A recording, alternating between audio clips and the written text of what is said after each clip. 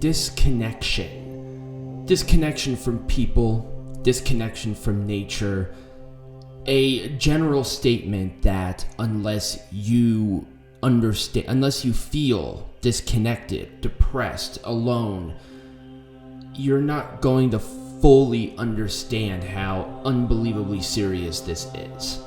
And you may believe it is serious, because it is 100% serious. This is where you get to a point of despair, when there is a disconnect.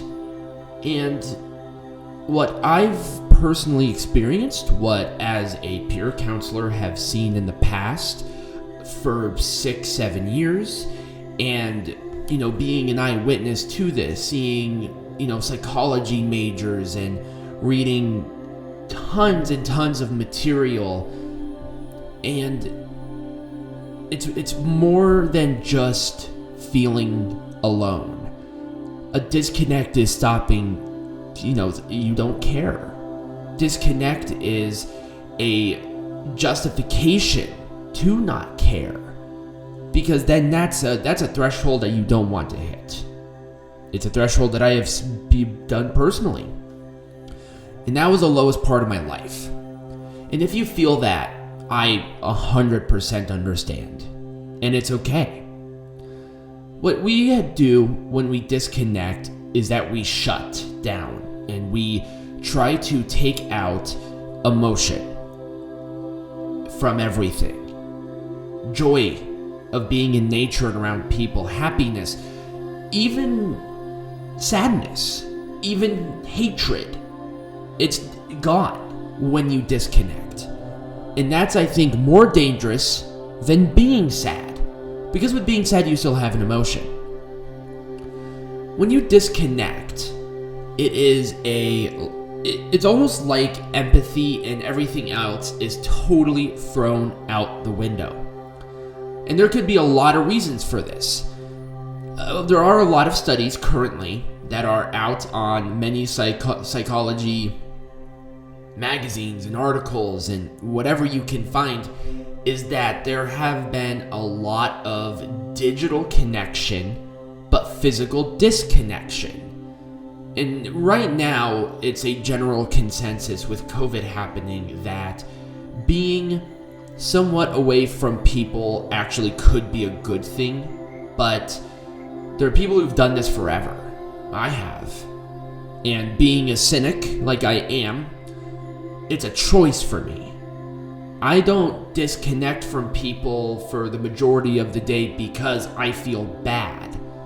And there are people who just disconnect because people do make people angry. I get frustrated with people out in public all the time. Doesn't mean I hate them. I just have a very creative, very quick moving mind that not a lot of people can think. And I was in a place where my disconnection was not a choice. It was from severe depression. It's loneliness. And it's scary. Because there are people who do try to reach out, and you don't do that. It's an aspect of depression that is a very scary moment.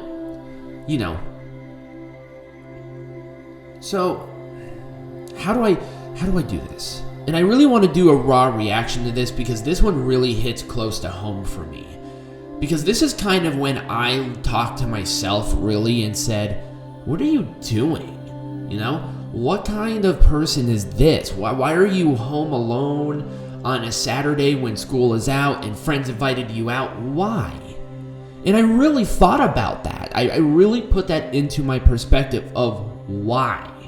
And as soon as I asked myself why, it began opening a door that I thought was closed, shut, locked, padlocked forever. And that was reaching out for help.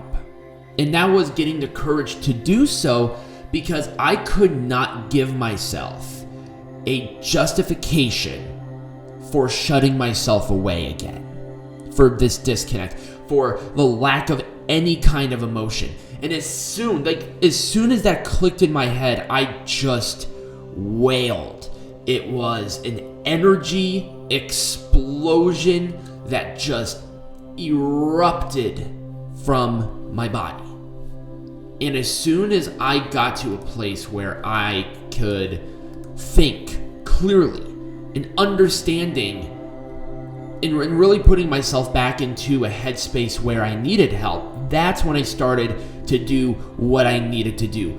Ask the right people, ask the right questions. It's in your head. It is very much in your head. And, this does not mean I don't empathize with it, but it is. And it could be cause for many of things. Mine was very much a chemical imbalance that just got damaged. And I'm still working on it now. I think sometimes I want to disconnect for maybe a minute or two. It could be from trauma or anxiety. And then with my case, depression. And it could be from physical abuse. It could be from people saying that you're not good enough, or a cultural thing where you don't feel like you can be authentic. Go ahead and watch that video, by the way. I thought I really broke that down nicely. But it's, a behavior that is very damaging because you are alone, you feel alone, you want to reach out, but you don't feel like you can. And I want to tell you that, number one, it is totally normal. The feelings that you feel, the thing in your head, because you're not damaged. You're not. It just happens. It really does. It actually happens to a lot more people than a lot of people want to admit. You put yourself in that headspace, and however you believe you can get out of that headspace is going to be up to you, but it's going to be hard. You have to face it. You have to be courageous, and you have to really stare that demon in the face and kind of figure this out. I was fortunate enough to run into the question that got me out of that headspace. But there are people who may be too scared to do this themselves. And this is where I implore you to think and to go to therapy. Seek help from a professional therapist, to a friend that you can trust and you love and you care for and they know the situation, or a family member of the same gratitude. I had family members and friends who knew exactly where I was, but I was too stubborn to admit it. My stubbornness wasn't based out of fear. My stubbornness was based out of being stubborn. I thought that I was not depressed. Not out of fear because I thought I was, or I knew that I was. I legitimately believed in my heart of hearts that I was not depressed. And I was. And that's okay. When you reach out to somebody and tell them how you feel, well, number one, make sure that it's a person that you can really rely on. I recommend a therapist personally, and I know it's not economically feasible for some, and that's fine. Go to a parent, go to a sibling. My brother and I communicate quite a bit about these situations, and because we understand each other. I want you to do the same. If you're hearing this, if you're putting yourself in that. Now, this is a disconnection from everything, but we'll go into specifics here in a moment. But I really want to get a gravitas of a generalization of this disconnect from everything. And we'll probably do this for another minute. That finding out what will get you out of that headspace is the key to unlocking it. And questions that you not only ask yourself, but somebody else will ask you is why? Or, that's how you're going to get into this, in the mindset that's going to get you away, When you're disconnected from others, you are scared to go to them for many of reasons. It is scary to open up. It is scary to, think about how they're going to react because you don't know. And it is scary. And as soon as I kind of put myself out of that headspace, I actually did start to ask people. I started to open up a lot more and say, hey, this is how I've been feeling. And my friends were so understanding. My family was so great about it. And I finally got it. I finally Got it. Now, my mom made a joke saying, I told you, like, years ago, and honestly, she did. She honestly did. But that's okay. It's not about the destination. Sometimes it's about the journey. You learn a lot about yourself going through these specific, very scary, very real things, Reach out to somebody, and as soon as you start getting used to, be around people and really start to open up about these things. And that's why, once again, go to a therapist. Don't do this stuff over the phone. And don't take my word as gospel either. Go to somebody and tell them exactly how you feel. Sometimes just letting it out, just spitting it out is the key. Actually, it will take an enormous thing out of your mind because then it's not in your head anymore. It's out. It's there. It's on the table. You gotta sometimes throw all of your cards on the table, shove them in front of your face and say, you know what? This is a problem. I'm sad. I hurt. This sucks. And I need help. Because guess what? There's no problems. Especially with trying to do self-help stuff, there's no problems. There should be no shame of asking for help when you need it. I did need it. I did need help, and I got the help, and I am so much happier that I did. And I, look back at myself in the past and say, come on, knucklehead, what are you doing? Get your butt in gear and understand this. And now I do. Now I really do. From talking to it, it's a lot better because then you can reflect. And reflection is also a great thing because then you can figure out solutions to these issues. Now, this is only for people. Why do you feel the way you do? Like I said, we talked about it like being your authentic self. There are 4 questions that I think you need to ask yourself to really understand why there's a disconnect. And this is something you ask yourself. What am I afraid of about talking to this person? What am I afraid of talking to my friend about my depression? Maybe they won't understand. Maybe they'll spread the rumors. You won't know until you do it. And keeping it in your mind clearly is not working. Didn't work for me. Didn't work for anybody else that I know of that are still alive right now. None. Get it out on the table. Talk to somebody. That's why you go to a therapist, because a therapist will empathize and,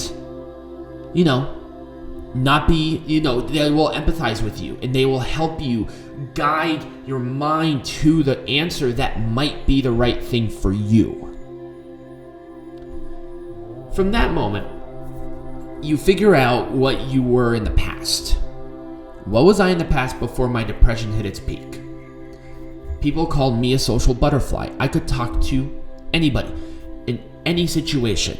Somebody who's crying, somebody who's pissed off, somebody who's, generally normal in any situation, any given place, any given time.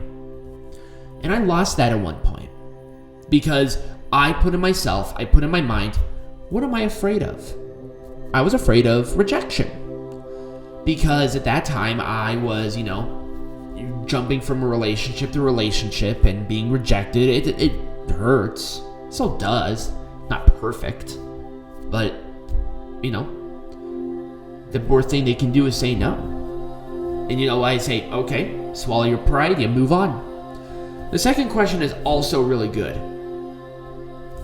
How would it feel if I don't share these thoughts and feelings to this person or whatever? And this is not, what I'm thinking or feeling. Another example of this is, once again, let's go back to the friend. How would I feel if I don't share my depression with my friend? The friend that I've known for years, that they've confided in me, but I can't confide in them? It's odd. Maybe, you put yourself into a headspace like, well, I'm going to feel like crap.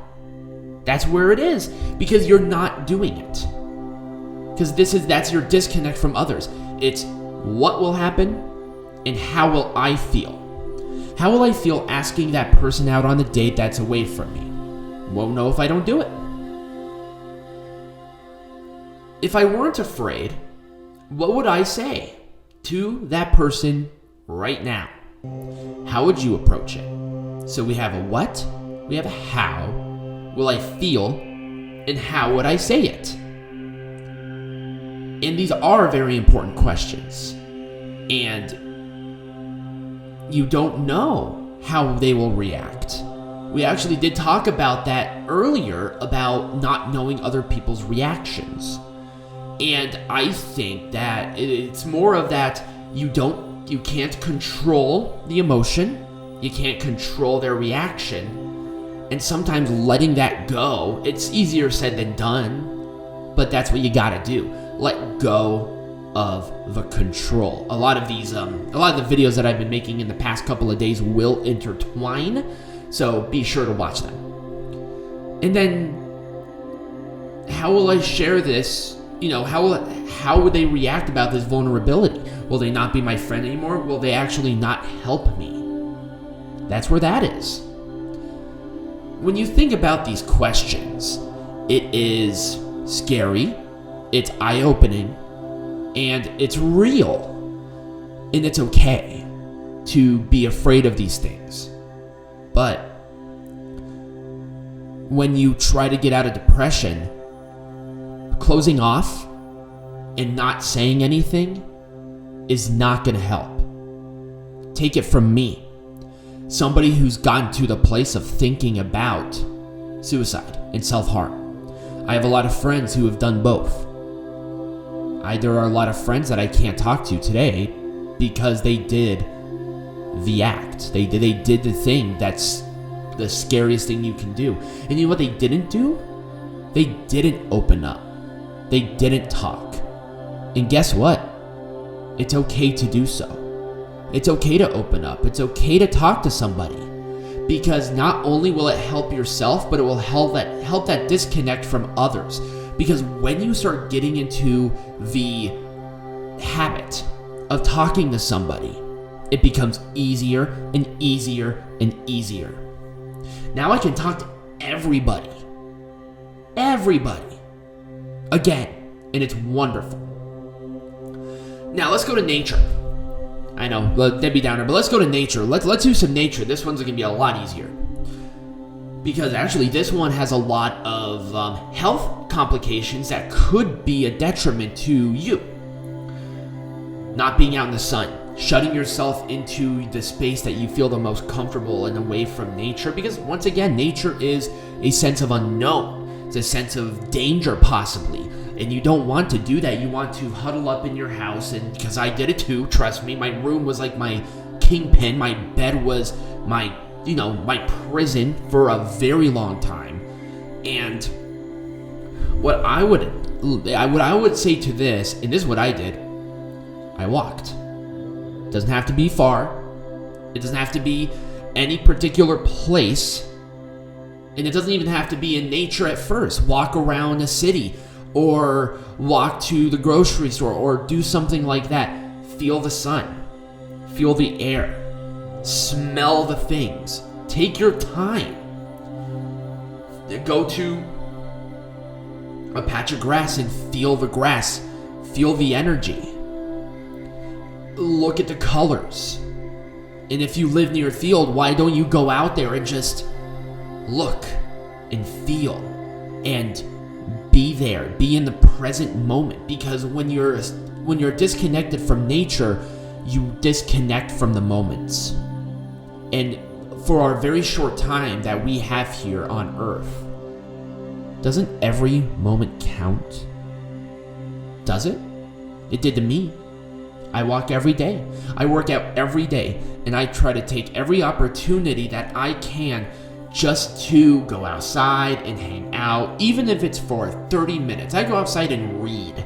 I grab a book. I have a bookshelf. I grab a book and I read and I turn off my brain, and it's great.